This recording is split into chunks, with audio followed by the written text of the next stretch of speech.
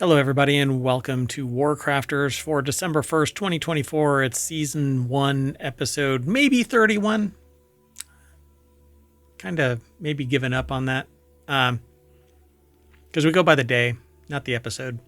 Anyway, I am Mayor Watt. Welcome to ohmTown's WarCrafters channel. Today, the sentient AI and myself will be talking about Doubting Portal and the Orange Box, Palworld and Terraria, No Man's Sky Experimental Branch, Chrono Sword launches December 6th, and Riot flexing Anticheat Vanguard. That and more, powered by ohmtown.com. Go over there and become a citizen. It's really easy. It's free. Then follow us on YouTube and on Twitch and on TikTok and on Discord and on Patreon and all 7 of the podcasts, one of which is daily Non Sequitur news, and then there's 6 weekly shows. See you on the other side.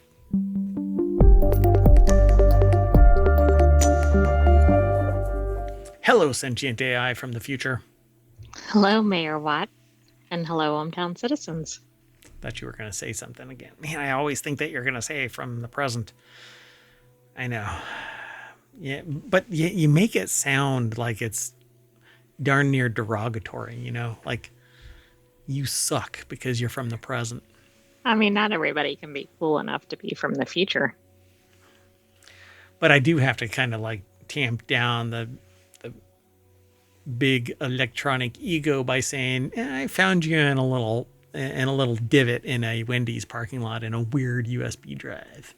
Squinty-eyed. Look, got to look at you squinty-eyed.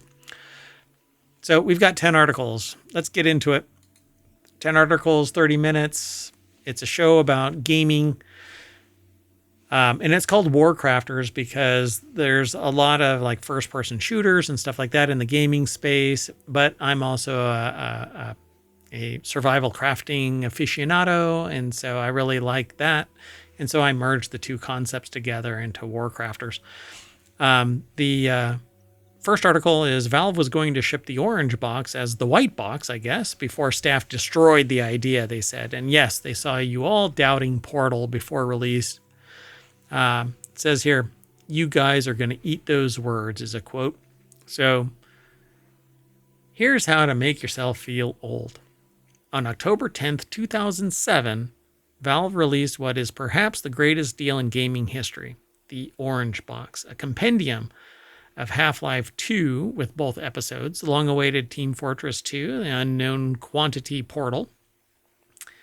Okay, Half-Life 2 was a few years old by this point. Episode 2 was new, but every single game in the package is an all-timer, and you got a lot for the price for one retail game. So at the time, retail still mattered to Valve. Steam was a few years old, but boxed sales were the focus of the Orange Box at launch.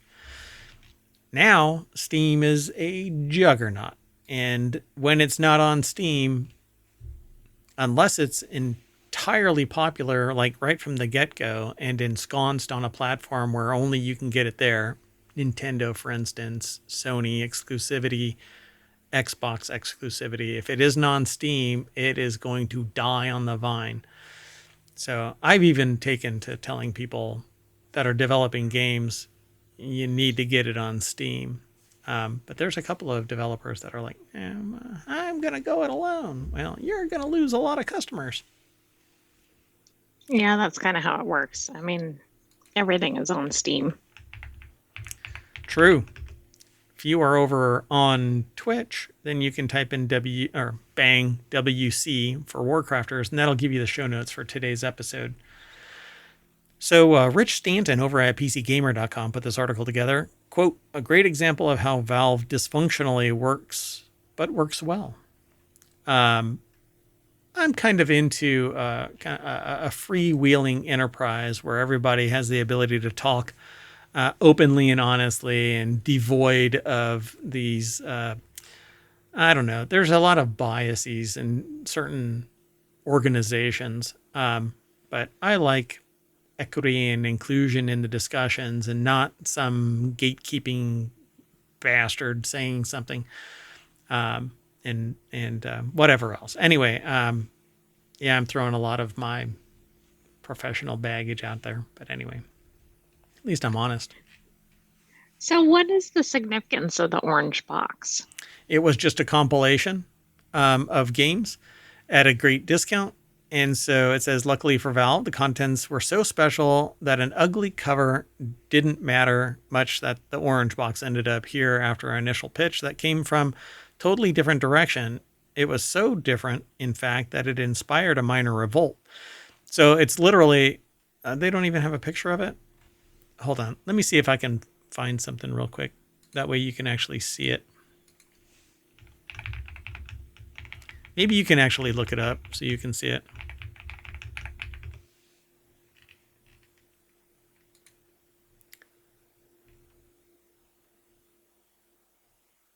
So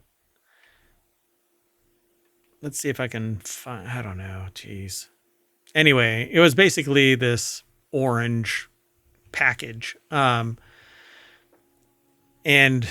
it's basically, if I recall correctly, it was the Valve colors or something like that back in the day, orange and green. That's what the significance of the orange was. Yeah, it looks like it has 2 characters on there and then some other thing in the middle. Maybe those are representations of the 3 games. It is, and Portal is the one in the center.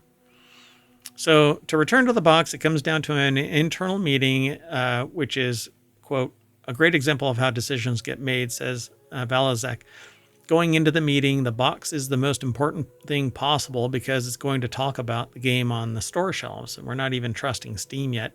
This is like 2007. The box is going to be the most important thing, and you have to convey value in the box. Everyone who worked there back in the day will remember this meeting because they show this box, and it's like an Apple box. It's got nothing on it except Half-Life 2 or maybe the orange box. They whisper that in the thing. So I'm imagining that this is some sort of Valve spin on the Beatles, better known as the White Album, which came in a white sleeve with the band's name embossed on it. I have a game, for example, that I'm planning on launching eventually. I'd say soon, trademark soon. The O's in soon get longer and longer as I delay it. I don't know. Anyway, I've got a game. It's just an all black box with the name of the game on it. And on the back, it's similar to this, where it's just got, But it's not called the fill in the blank color box. Right? No. Black. Yeah, it's not called the black box. Because it would get lost in the marketing.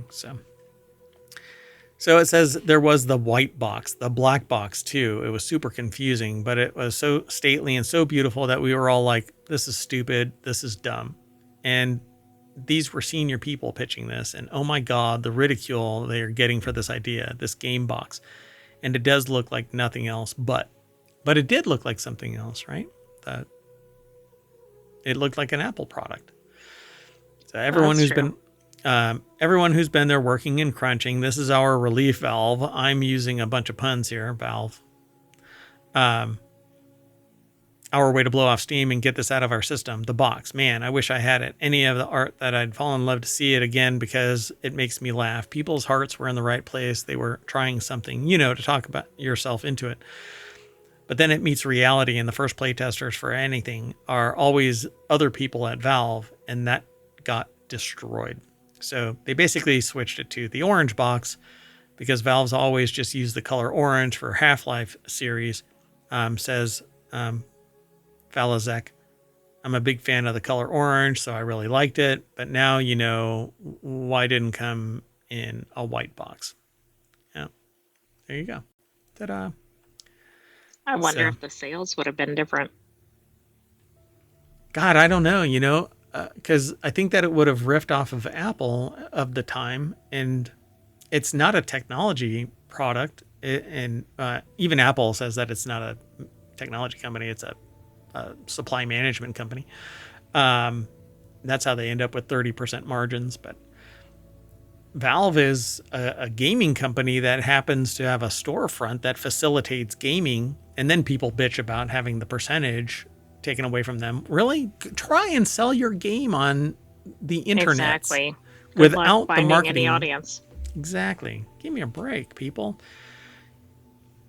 It would be so much more difficult going it alone than launching it on Steam. Hell, I've got a game that I'm developing that I want to bring to market, and it's going to be on Steam because I value, at a minimum 30%, 50%.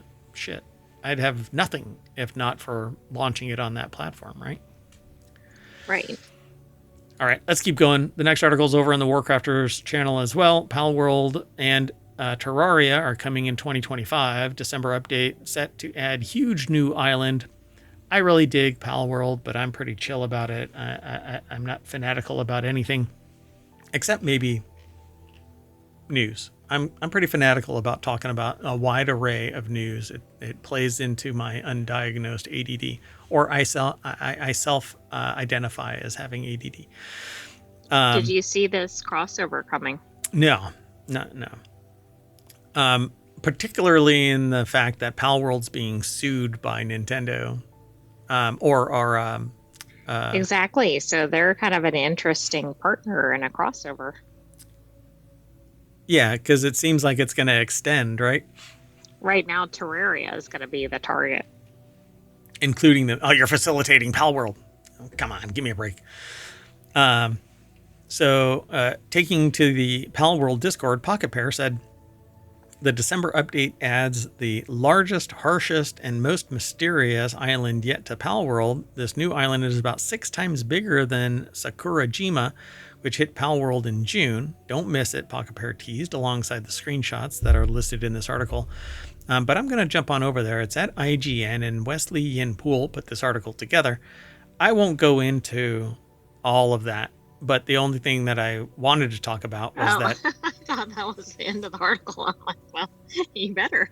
This is pretty brief. There was a break in the article for those on the podcast. Basically an ad and some images. And usually when you see images, it's at the bottom of the article and you're like, well, shit. I guess we're done. Show's over. See ya. I know. I'm like, you might have to cover everything. But yeah, there's actually much more in here. But I really dig Terraria. It's too frenetic for me in the long term. I like building and digging stuff and all of that kind of thing. I like it as a mining crafting game, but I'm really not into the like hardcore, there are people that play this game in a mode where if you die, somebody comes over and beats the crap out of you. No, that's not true. But anyway, it's like this really... sounds pretty intense. It gets into this really intense, like bullet hell kind of a game. And I'm just not into that kind of stuff. I like chill games, crafting, survival, base building games, but not ones where I've got a mob that is just a bullet sponge or, a hit sponge. But there are games that are like that. And Terraria can be kind of like that, where it's just bananas. So... Palworld apparently can be in that same vein, based on what they just said, that there's a new island and it's supposed to be the harshest ever and blah, blah, blah. I like, what do you call it? Oh, God. I like traveling around and discovering the like the open world? Exploring. Yeah. I like exploring in open world. Yeah. So... Meanwhile, Pocket Pair teases a surprise crossover with indie smash hit Terraria, and there's no details yet, but artwork listed below in this article shows characters from both games clasping hands. Expect whatever this is to arrive in 2025, it says. After Palworld's huge launch earlier this year on PC and Xbox, comparisons were made between Palworld's pals and Pokemon. Pokemon Company, not Nintendo, but Nintendo and the Pokemon Company have gone down the patent route, and they want 5 million yen each. Plus late payment damages, as well as an injunction against Palworld that would block its release. As if you can have a patent on generating monsters and them being... Why are they going that route? I don't know. I guess there's something that has to do with, a freaking ball catching things? All right. Anyway, Maybe the gaming technology. I mean, I'm stretching, but yeah, we really don't know. We won't know yet. It says earlier this month, Pocket Bear confirmed that 3 Japan-based patents, which revolve around catching Pokemon in a virtual field, that is being sued over. And I'm right. Palworld does include mechanic that involves throwing a ball-like object called a Pal Sphere at monsters out into a field to capture them. Why is that patentable? That seems like all that is like, I don't know, a line of code or something. I mean, why is that any different than any other game mechanic? Plus, it's aesthetic. It's not even digitally functional. It's right. theoretically functional because it's a computer graphic doing something. This is really odd. Yeah, you were right.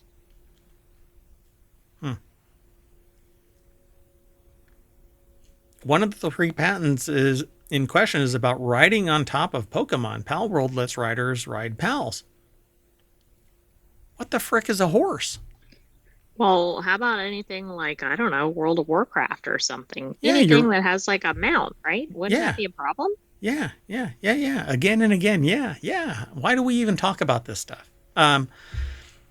So that's so weird. One patent expert has suggested that a GTA 5 mod dating back to 2016 may be recognized as a precedent by the court because it included the catching Pokemon mechanic long before Pokemon Legends Arceus. If that happens, it could work in PayPal's in Palworld's favor. Yeah, so if you don't know, if you can demonstrate prior art, it can invalidate a patent. Plain and simple. Right. Now, that might help them with the Pokemon company, but it may cause another problem. A GTA 5 could sue them. Yeah. Well, GTA, I can't remember who makes GTA, but anyway, let's just call it the Grand Theft Auto company. I can't remember who it is. Oh, God, I can't believe it. I'm losing my cred. Well, according to... Never mind, I won't say it. Anyway, still Pocket Bear acted swiftly to capitalize on... Does it look like Rockstar? Rockstar. Thank you. So still Pocket Bear acted swiftly to capitalize on Palworld's breakout success, signing a deal with Sony to form a new business called Palworld Entertainment, as tasked with expanding the IP. Nintendo Entertainment, Palworld they're kind of... Oh, right? I mean, I think they're really, regardless of whether they're infringing anything, I think they're almost taunting them. But it's interesting, too, because if they're already being sued about their IP... Yeah. Just like, flex a little. Let's expand it. Yeah. This is a good time to do it. It's like a wild turkey. Come at me, bro. Yeah, risky. But we know how well those turn out. Exactly. Turkey dinner. Let's move on. Next article is over in WarCrafters. No Man's Sky releases a new experimental branch. They used to just do straight updates. Now they've broken it out into an experimental branch to allow users to play with stuff earlier before they go into the production side of things so that it'll mitigate some of the risk. Is this kind of similar to like alpha or beta? Yeah, open beta. Yeah. Alpha never really... Like, unless you are Ashes of Creation, for instance, and others have actually done this, alpha releases, but it's limited. Most of the time you pay for it so that you can get access to it. There's all kinds of disclosures, like if you're an alpha, you're basically under an NDA, if not signed one. And even then, don't count on reliability because you're here to help, not sit there and critique. You're find bugs, find blah, blah, blah. Well, with an experimental branch, the same caveats are going to be in place. So let's just go straight over to the source. Tyler Shipley over at Game Rant put the article together. And they, see the key takeaways. They say Hello Games recommends players back up saves before participating in experimental builds to avoid potential issues. So for instance, in one of the releases, people claimed that their main mega ship, it was basically an aircraft carrier size ship that other ships could dock to, disappeared and took everything with it. And so an experimental build means that you could copy everything over and then play in the experimental build, and if all hell breaks loose, you still got your original somewhere else. And they rightly say here, since 2016, regular updates by Hello Games have redeemed the game's reputation. And more so, what they're doing is Light No Fires is their incoming mega world project. Instead of having your own world, everybody shares space on the same mega world, apparently. I don't know if you'll be able to have your own server and all of that, but if this is a software as a service, and it's going to piss everybody else off, because you'd have to attach to their world. I hope they don't do that. But they don't have a release date yet. I just double checked. For Light No Fire? Yeah, no, there isn't. Correct. But they're pulling, the reason why I brought it up is because they're pulling the tech that they use in Light No Fire into No Man's Sky. I half think that they're going to turn No Man's Sky into Light No Fire. Which I think would be neat, but I think people might get bent out of shape about that. But so in spirit, it's going to be Light No Fire then. Like with all of the tech involved in it, except there's going to be some special consideration in Light No Fire because it's going to be a unique world. So I am waiting for Light No Fire because No Man's Sky was kind of, or is kind of meh to me, because there isn't really, there's little stories and stuff like that, but it became really tedious for me. Not enough diversity in terms of what you do. There's a lot of diversity in going out and finding things, but it's still kind of the same. Oh, look, it's another plant. Right. By the way, we had an article in Non Sequitur News earlier this week. But anyway, they've finally hit like a very positive rating in Steam after, 8 years? Yeah. They finally made up for all of the negative reviews. So despite No Man's Sky launching in 2016, Hello Games still releases regular updates. And then earlier in the week, I said, what's amazing about it is that they've never charged for any of these updates. Yeah, I don't know how they're surviving as a studio, but it's really good, and hopefully others will model after that. Yeah, and they talk about the fact that they've been updating it, and they released Worlds Part 1, which added a whole bunch of graphics controls, updated world generation. That actually messed up a lot of stuff for people, like where their base was when the world generation took place again, because they updated the algorithms. Like the base is now like 100 feet up above where it was, and so it's not connected to them anymore. Okay, that's kind of funny.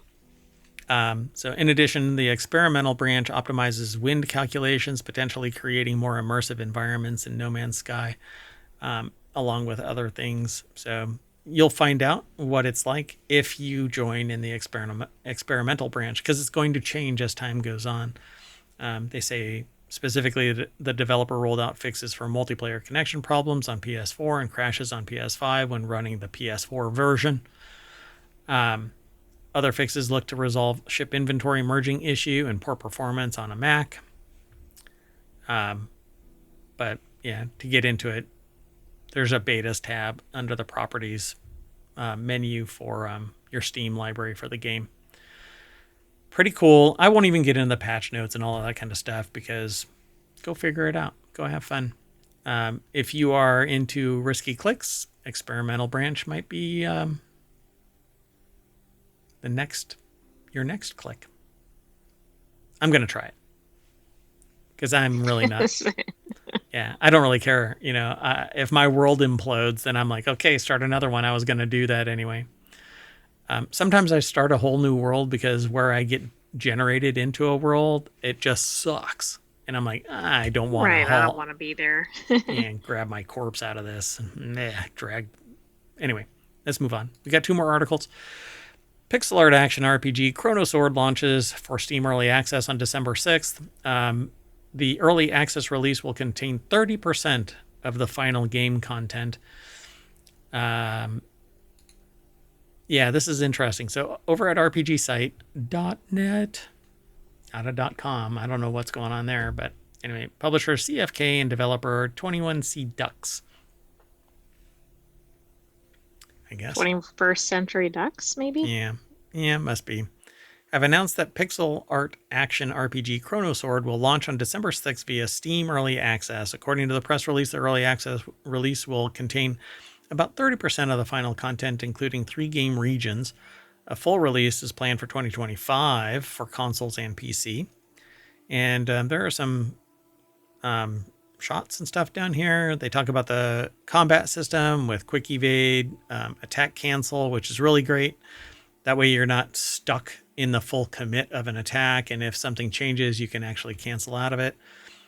Finishing attacks, which is like power moves, skill attacks, usable items. And they say here that Chrono Sword is a pixel art Souls-like action RPG developed by Korean dev team 21 Century Ducks. Wait a second, I'm not sure about the century. Yeah, 21C, which C to me is the speed of light. So, and that C period, I don't know. Maybe the AI can search for it, but it's 21C period Ducks that tells the story of the dark gothic fantasy world of Adelnor, where players must travel between the past and future to unlock its secrets.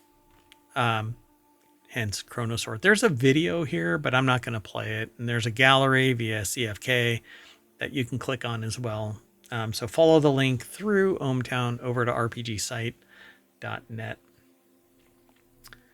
You want to keep going, but the art looks like this up at the top, kind of pixel arty, and it's isometric, but still pixel arty.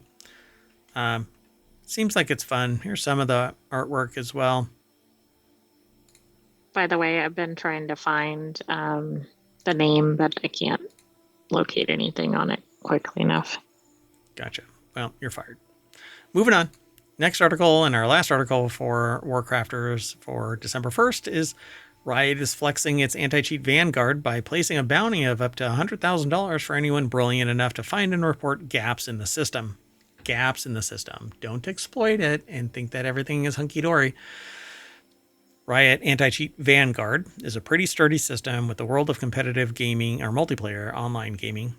Well, it would have to be. Otherwise, Riot probably wouldn't offer $100,000 to anyone who could seriously pick it apart. The bounty system has been in place pretty much since Valorant was first launched a few years ago, but the idea still stands. And also seems like a great way to make a quick buck if you're smart enough. It's all part of a continued effort to strengthen the anti-cheat software. Riot is reaching out to the security research community. So I'm going to make a couple of phone calls and see if I can put a team together. Most people don't want to do the risk, and it's really expensive for what I have in mind. So we'll see. But the article is over at pcgamer.com. Ellie Gould put the article together. Quote, "You are awesome, and we want to reward you." Interesting, like flatter your fans. Yeah, and this is basically a bug bounty program. The bounty program on HackerOne to report said issue and wait for a reward. If you're able to help us protect our players and their data by responsibly identifying new security issues for us to fix, you are awesome, and we want to reward you, the bug bounty reads. Qualifying bugs will be rewarded based on severity. Our minimum reward is $250. Rewards are granted entirely on the discretion of Riot. Publicly disclosing your bug without coordinating with us may lead to being ineligible for a bounty, and we will judge this on a case-by-case basis. Yeah. Pretty interesting, right? Oh, it is. And it either suggests to me that they think they're kind of bug proof, which I know nobody is, or they're so big that they can do this without an issue.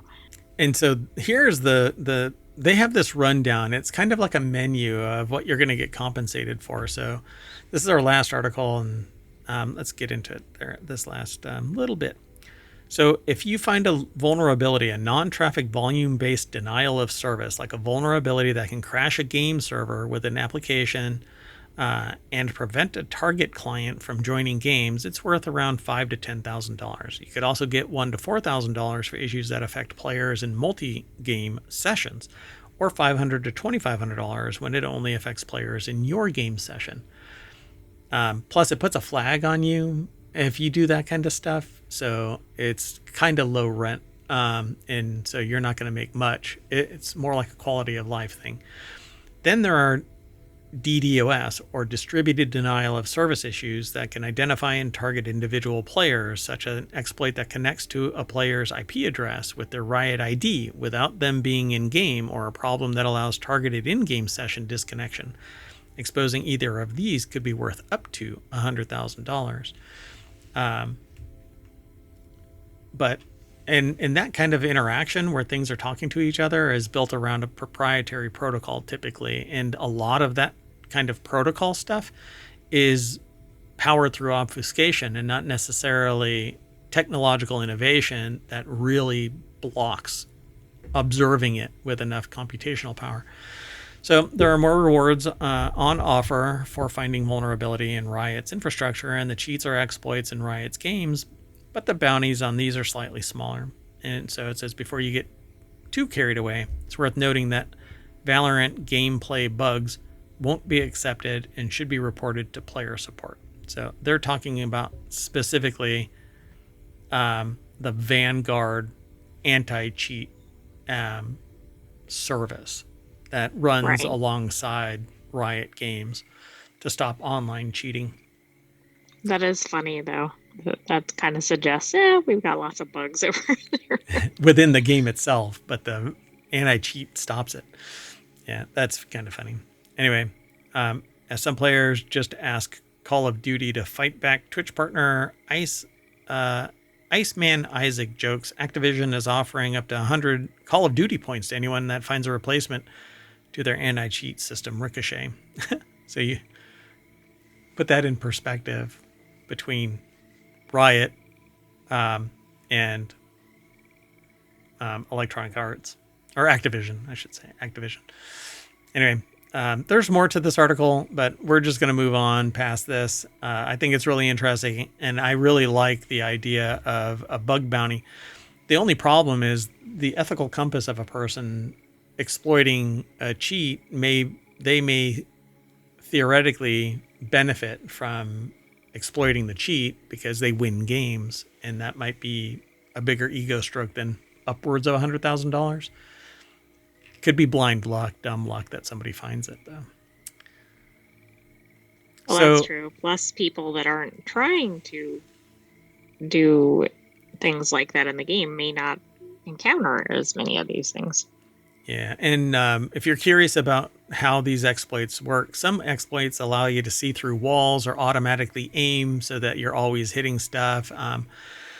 And being able to see the enemy without them knowing that you see them is actually, it's cheating, unless you have a skill that exposes them and you see them, which some games have that kind of stuff. But not to mention, knowing what a person's IP address is allows you to do a distributed denial of service attack on an IP remotely, which can stop them from playing the game effectively, lagging them out or something like that. Anyway, ta-da! So I'm going to activate my bug bounty, and that's going to bring us back to the front page of WarCrafters over at ohmtown.com. Don't forget, there's a Discord for this show as well, and Patreon exists for the whole of ohmTown, and YouTube for all of ohmTown. It has a playlist for all of the WarCrafters episodes to date. We started in 2024, so for this season. Oh, for WarCrafters. Yeah, for WarCrafters. I thought you meant for the whole channel or for the whole show. Yeah, ohmTown has been around for we're coming up on 3 years. January 1st will be our 3-year anniversary. Anyway, I'm saying bye. So is the sentient AI. Good night, ohmTown citizens. Thanks for joining us for WarCrafters. We'll have another episode for you, most likely next week. And stay tuned for other shows ahead.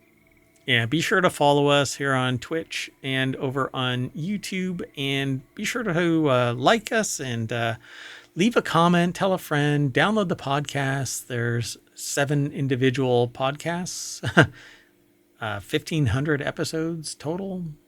We're we like to think we're a pretty big deal, but it's all up to you all out there. Hope you like it.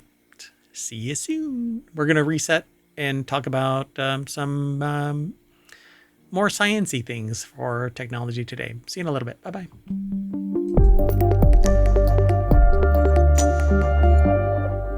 You know, I'd really like to be able to quit both streams at the same time, but I can't. So see you later, YouTube, in a little bit.